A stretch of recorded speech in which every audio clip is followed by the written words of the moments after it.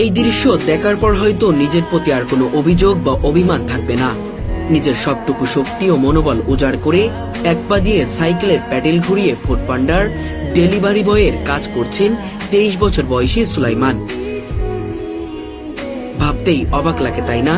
যেখানে অনেক মানুষের দুপা থাকা সত্ত্বেও জীবন যুদ্ধে পিছিয়ে পড়তে দেখা যায়, ঠিক সেই জায়গায় এক পা দিয়ে জীবন যুদ্ধে জয়ী হওয়ার গল্প লিখেছেন তিনি। আমার যখন 7 তলায় উঠতে হয়, আমি কখনো কাউকে বলি না, এক্সকিউজ দেই না যে আসলে ভাই আমার একটা পা নাই, আমার 7 তলায় উঠতে পারবো না। আমি যখন উপরে উঠি তখন বলে ভাই আপনি আমাকে বললেই পারতেন।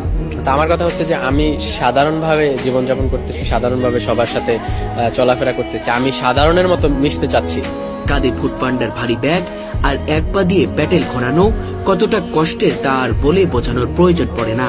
এখন বর্তমানেও বলে এত সুন্দর একটা ছেলে পা নাই। এই আজকে আমি যখন এক জায়গায় গেছিলাম, ওইখানে একটা মুরব্বী আমাকে দেখে বলতেছে বাবা তোমার পা নাই। আমি বলছি না, কি হয়েছে? বললাম সব খুইলা।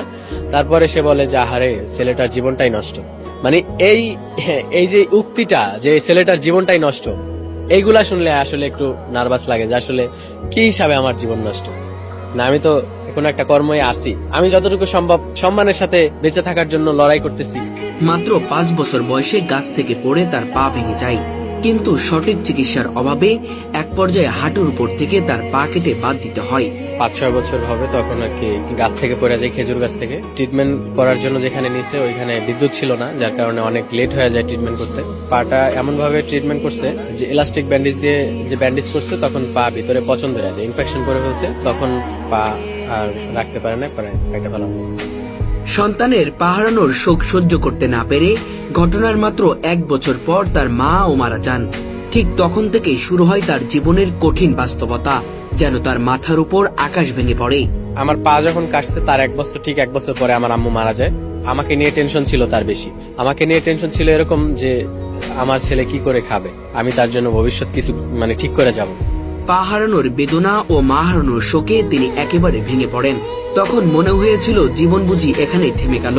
আমার কাজিন যে আমার সাথে থাকে, ওর নাম আব্দুল্লাহ, ও হচ্ছে ওর আম্মু কন্টিনিউ ওকে কল করে রেগুলার। ওর আম্মু বলে কি খাইছো না খাইছো, মানে অনেক কিছু জিজ্ঞেস করে। ওই সময় আর কি নিজের ভিতরটা ফাইটা যায় যে আসলে এরকম মা থাকলে তো হয়তো আমার খোঁজ খবর এরকম ভাবে নিত। তার দৃঢ় মনোবল ও আত্মবিশ্বাসের জোরে নিজেকে প্রমাণ করার এক সংগ্রাম শুরু করেন তিনি। বড় ভাইয়ের সহযোগিতায় এসএসসি পাশ করেন সুলাইমান। পরবর্তীতে টিউশনি করে যা উপার্জন করতেন তা দিয়ে এইচএসসি সম্পন্ন করেন। আল্লাহ তাআলা আমার থেকে অনেক মানুষ খারাপে রাখছে, অনেক মানুষ হাত পেতে খাচ্ছে, অনেক মানুষ দেখা যাচ্ছে রাস্তায় ঘুমাচ্ছে। তো তাদের দিকে তাকালে আমার মনে হয় আমি অনেক সুখে আছি, আল্লাহ তাআলা আমাকে অনেক ভালো রাখছে।